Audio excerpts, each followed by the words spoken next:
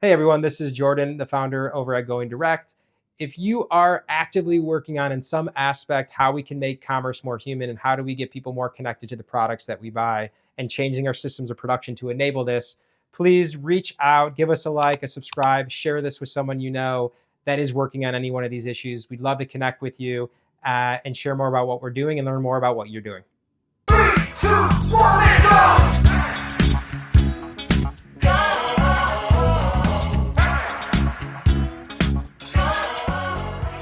Going direct is about one simple thing, making commerce more human. We want to help people become more connected to the things that they buy in their lives. Now, if we want to do this and to do this with any type of scale, the first step is actually creating systems that allow us to produce and make products closer to where they're being consumed. Now, here's the thing. This is much more difficult than it sounds. And the reason why is how markets work and how consumers behave. Because at the end of the day, whether we like it or not, consumers want three things. They want better products, lower prices, and convenience. So if we want to increase this amount of direct exchange into our lives, we have to create a more compelling offer to the consumer than the likes of Amazon, Shine, or Temu. But here's why we're excited. The next 30 years is going to be all about changing the way that we make stuff. We believe we're at the very beginning of a fundamental change in our systems of production, going from a large, centralized, dirty model to a much more distributed, decentralized, clean one. And the reason for this is a variety of factors that are coming together that are political, social, economic, and technological that we'll be talking about later in the video. But the basic premise is this: for the first time ever, machines can talk to one another. What? So why is the concept of machines being able to talk to one another such a big deal? Well, for me, the light bulb went off about 5 years ago after I watched a lecture titled The Third Industrial Revolution by Jeremy Rifkin that really opened my eyes to where we're going as a society and really has served as the foundation for how I view the world and what we're doing at Going Direct. So what was the Third Industrial Revolution lecture all about? The main premise is this. Rifkin explains that there's been 7 major economic revolutions over the course of human history, and all of them have one thing in common, and that is 3 technologies come together that fundamentally changes society and our consciousness. And those 3 technologies are a new form of communication, a new form of power, and a new form of transportation. So when those 3 things come together, it changes the way that we manage power and move economic life. Now, the thing that I found most profound about just that framework is this. What that actually does is it changes and reorients how humans interact with the world and what's within our consciousness. Now we're going to break down how Rifkin explains society and human consciousness has changed over the last several economic revolutions and how we've gone from trusting people only that we're related to by blood all the way to trusting and caring about people all across the world. Rifkin starts his analysis when society was organized around foragers and hunters. And he defines this time period for humans as the mythological consciousness, which means humans only trusted and empathized with others that they were related to by blood or who were within their tribe. And this was often no more than 500 people. The next time period was the Axial Age from 800 BC to 100 AD, and this is what Rifkin explains as the theological consciousness. And what he means by that, it was during this time when several world religions were created. And what that did was that made humans empathize and identify with people beyond those who were related to them by blood and within their tribe. And it extended out to fictional families with religious affiliation. And then this is where the whole term was coined, do unto others as you would have others do unto you. Now let's fast forward to the 19th century in the First Industrial Revolution that Rifkin characterizes the time that society shifted towards an ideological consciousness. So what did he actually mean by that? What he meant by that was during the 19th century, 3 technologies came together that created the First Industrial Revolution.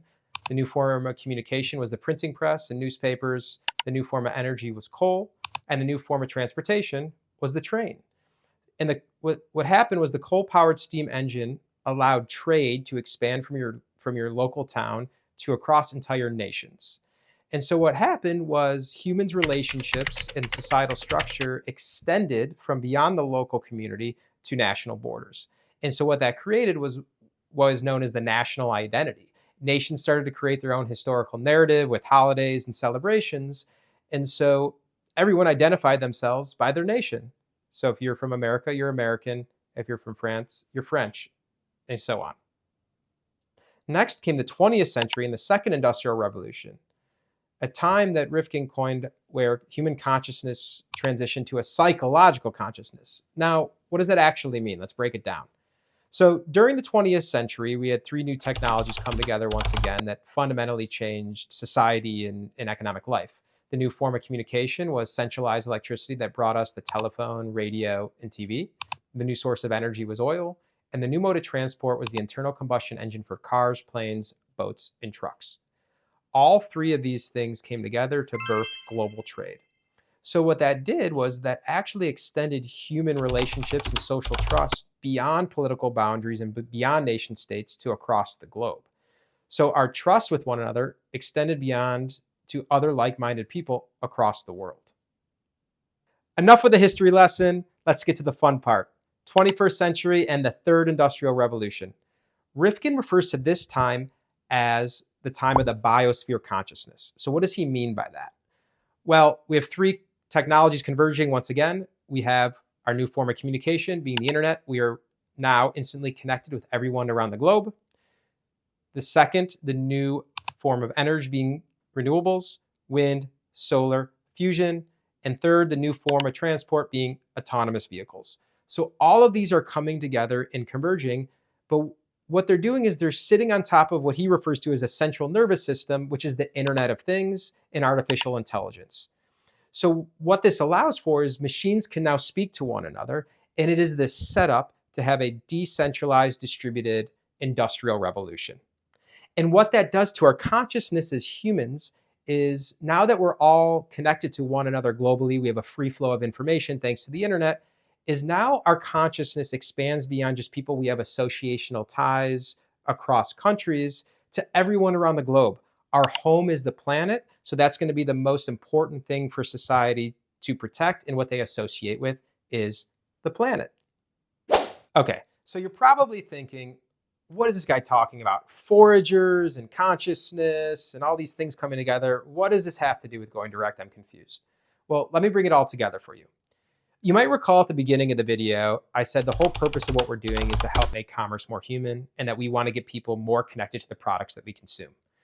The only way we're going to be able to do this and to do this at scale is we actually have to start producing the products closer to where they're being consumed. So that means we have to completely reorient our systems of production from these large centralized systems to a much more decentralized distributed model. And what gets us excited is we actually think that we're at the very beginning of these technologies coming together to actually enable this era of more distributed, decentralized production. We're going to go much more into detail into each one of these concepts in future videos, and the goal is to help small businesses, entrepreneurs, other folks creating in this space, different tools, tips, tricks, information to help them go direct and create a much more deeper connection between the consumer and the producer. 2, 1, let's go!